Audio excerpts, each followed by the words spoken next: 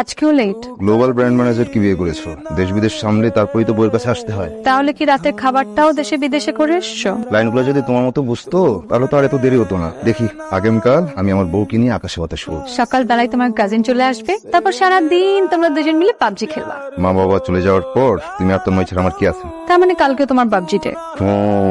তাহলে আজ একটা পাবজি নাইট হয়ে যায়।